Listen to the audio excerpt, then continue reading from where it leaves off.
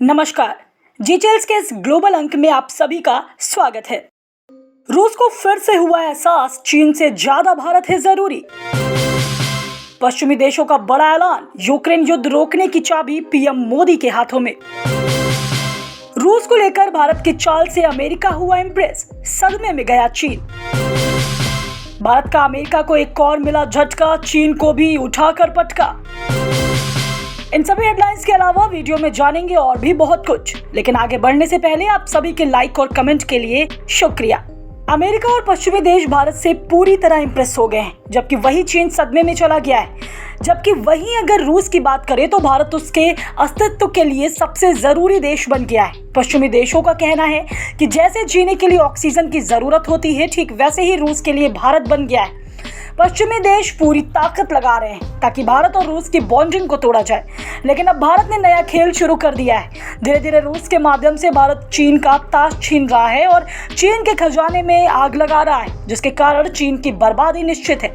PM Modi अपने दोस्त और दुश्मन दोनों को सरप्राइज देने के लिए जाने चाहते हैं। उन्होंने अपनी घातक चाल से कई बार अमेरिका और चीन को चकमा दे दिया है और अब रूस में पुतिन से मिलने जा रहे हैं। उधर रूस में पुतिन भी बेसब्री से मोदी का इंतजार कर रहे हैं, क्योंकि भारत रूस के लिए ऑक्सीजन बन गया है। और अगर आप जानना चाहते हैं कि भारत अचानक रूस के लिए चीन से भी ज्यादा जरूरी कैसे बन गया, तो अब मेरी बात जरा ध्यान से सुनिएगा। देखिए, पश्चिमी देशों का मानना है कि रूस अब इतना आर्थिक रूप से अलग थलग हो चुका है कि चीन और भारत यूक्रेन में युद्ध को समाप्त करने का आदेश दे सकता है। जी हाँ, आप बिल्कुल ठीक सुन रहे हैं। पश्चिमी देशों के अनुसार पुतिन भारत पर इतने ज्यादा निर्भर हो गए हैं कि अगर मोदी एक फोन कॉल घुमा दे तो फिर पुतिन को 1 मिनट में यूक्रेन युद्ध रोकने का ऐलान करना पड़ेगा।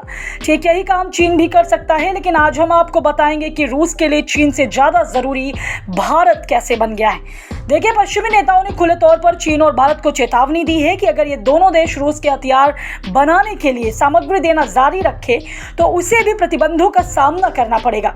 आप सभी जानते हैं कि यूक्रेन युद्ध से पहले रूस यूरोप की 40% गैस की आपूर्ति करता था। युद्ध शुरू होने के कुछ ही महीनों के बाद रूस ने यूरोप को गैस निर्यात लगभग बंद कर दिया ताकि यूरोपीय देशों पर प्रभाव डाला जा सके जो यूक्रेन का समर्थन कर रहे थे। ऐसे में अब वहां से कमाई बंद हो गई है और वह ईंधन बेचने के लिए चीन और भारत पर निर्भर हो गया है। इसी कारण पश्चिमी देशों का कहना है कि रूस अब केवल चीन और भारत पर इतना निर्भर हो गया है कि पीएम मोदी और जिनपिंग या इन दोनों में से कोई एक भी वास्तव में व्लादिमीर पुतिन को युद्ध समाप्त करने के लिए मजबूर कर सकते हैं। सबसे इंटरेस्टिंग बात तो यह है कि भारत कहीं से भी क्रूड ऑयल खरीद सकता है। सऊदी अरब, इराक, वेनेजुएला, यूएई, भारत के लिए सारे दरवाजे खुले हुए हैं, लेकिन भारत रूस से ही तेल खरीदकर उसका एहसान वापस कर रहा है। रूस पूरी दुनिया में अपना तेल और गैस नहीं बेच सकता, अगर बचेगा भी तो कोई बड़ा खरीदने वाला नहीं है, लेकिन भारत क्रूड ऑयल का बहुत बड़ा खरीदार है जो अकेले रूस से तेल खरीद कर लगातार पुतिन की मदद कर रहा है। अब आप मुझे नीचे कमेंट में बताइएगा कि भारत जो रूस से तेल खरीद रहा है उसे रूस की मदद हो रही है या फिर नहीं।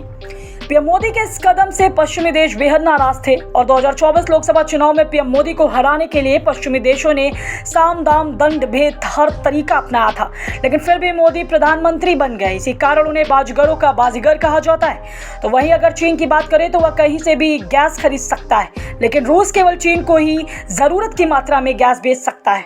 रूस को तुरंत अपने युद्ध को वित्त पोषित करना है, उसे फंड चाहिए, जबकि चीन की ऊर्जा जरूरतें कहीं और से बाद में आराम से पूरी हो सकती। इस कारण रूस चीन पर भी निर्भर है, लेकिन अगर बात विश्वास की करें तो रूस चीन से कई गुना ज्यादा भारत पर विश्वास करता है। इसके पीछे सबसे बड़ा कारण है कि चीन जमीन का भूखा है और वह रूस से कभी भी कुछ भी डिमांड कर सकता है।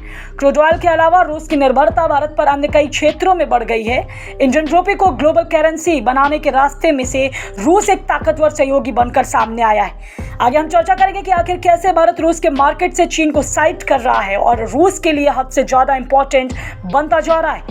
लेकिन उससे पहले जान लेते हैं कि चीन रूस के लिए क्यों जरूरी है। रूस स्टॉक एक्सचेंज में ट्रेड का 54% अब चीनी जुआन में होता है। अगर चीन में रूस पर प्रतिबंध लगाए तो उसके पास उस पैसे का कोई विश्वसनीय विकल्प नहीं होगा। यह एक बहुत बड़ा कारण है जिसमें माना जाता है कि रूस चीन पर काफी हद तक निर्भर है। लेकिन रूस ने भारतीय रुपया को भी जमकर सपोर्ट किया है और रुपये में ही भारत के साथ कई देशों के साथ व्यापार भी कर रहा है। युद्ध के लिए रूस में महत्वपूर्ण इलेक्ट्रॉनिक इक्विपमेंट्स, रडार, सेंसर की आयात का लगभग 90% चीन जिम्मेदार है, जिनके बिना रूस उन्नत सैन्य हार्डवेयर नहीं बना बना सकता, यहाँ भी कोई विकल्प नहीं है। निश्चित तौर पर इस क्षेत्र में भारत कुछ हद तक रूस की मदद कर सकता है, लेकिन चीन के रिप्लेस कर पाना आसान नहीं है। इस तरह से आकर देखा जाए तो चीन और भारत दोनों रूस के लिए राम और लक्ष्मण बने हुए हैं, लेकिन इस कहानी में राम से ज्यादा लक्ष्मण महत्वपूर्ण है। यह बात आपको आगे समझ आएगी। देखिए, उत्तर कोरिया और ईरान जैसे देशों का साथ पाकर रूस के लिए युद्ध जीतना कठिन है, क्योंकि ये खुद भारी आर्थिक प्रतिबंधों का सामना कर रहे हैं। इसका मतलब है कि भारत और चीन अब रूस से कुछ भी मांग कर सकते हैं। यह मांग 1 मिनट में युद्ध रोकने की भी हो सकती है। लेकिन अब मेरी बात जरा ध्यान से सुनिएगा। चीन अपने घरेलू आर्थिक समस्याओं का सामना कर रहा है, जिनमें से एक औद्योगिक क्षमता से अधिक उत्पादन और अपने उत्पादों के लिए खरीदार खोजने की जरूरत है।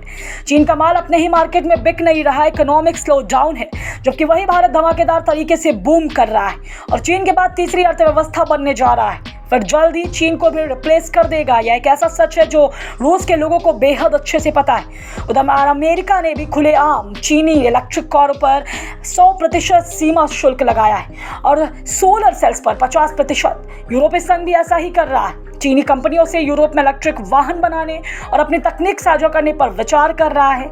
मतलब चीन पर जबरदस्त इंटरनेशनल प्रेशर है, लेकिन इंडियन सॉफ्ट पावर के कारण भारत पर ऐसा प्रेशर नहीं है। इसी का फायदा उठाकर मोदी जी युद्ध के दौरान पुतिन से मिलने जा रहे हैं और उम्मीद है कि इसमें बहुत बड़े बड़े डील साइन होंगे। ये डील चीन और अमेरिका दोनों को चुभेंगे।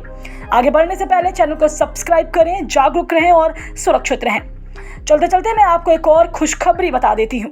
भारत और रूस के बीच एक ऐतिहासिक डील हुई है, जिसमें भारत ने पहली बार रूस को 137 करोड़ रुपए, करीब $16.5 मिलियन का एल्यूमिनियम एक्सपोर्ट किया है। इस डील का सबसे खास पहलू यह है कि दोनों देशों ने इस व्यापार के लिए लोकल करेंसी का इस्तेमाल किया है, न कि डॉलर का। भारत ने रूस को 44.8 हजार टन एल्यूमिनियम बेचा है। यह डील भारत की एल्यूमिनियम इंडस्ट्री के लिए एक बड़ी उपलब्धि है और भविष्य में और भी व्यापारिक समझौतों की संभावना को बढ़ाती है। रूस, जो 2023 के अंत तक एल्यूमिनियम का दूसरा सबसे बड़ा एक्सपोर्टर था, उसने भारत से एल्यूमिनियम इंपोर्ट किया है। यह कदम भारत की एल्यूमिनियम इंडस्ट्री के लिए एक बड़ी उपलब्धि है और भविष्य में ऐसे और भी व्यापारिक समझौतों की संभावना को बढ़ाता है। इस डील के पीछे कई महत्वपूर्ण कारण हैं। सबसे पहले भारत की एल्यूमिनियम उत्पादन क्षमता और गुणवत्ता ने रूस का ध्यान आकर्षित किया। दोस्तों, इस वीडियो में फिलहाल इतना ही। इस तरह की डेली वीडियो कंटिन्यू रखने के लिए हम आपके समर्थन की ज़रूरत चाहते हैं। कृपया इस वीडियो को ज़्यादा से ज़्यादा शेयर करें और उम्मीद करते हैं कि आप इस वीडियो पर कम से कम 1000 लाइक ज़रूर देंगे। फिलहाल आप देख रहे थे जी चिल्स। जल्द पूरे होंगे आपके सारे विल्स। धन्यवाद।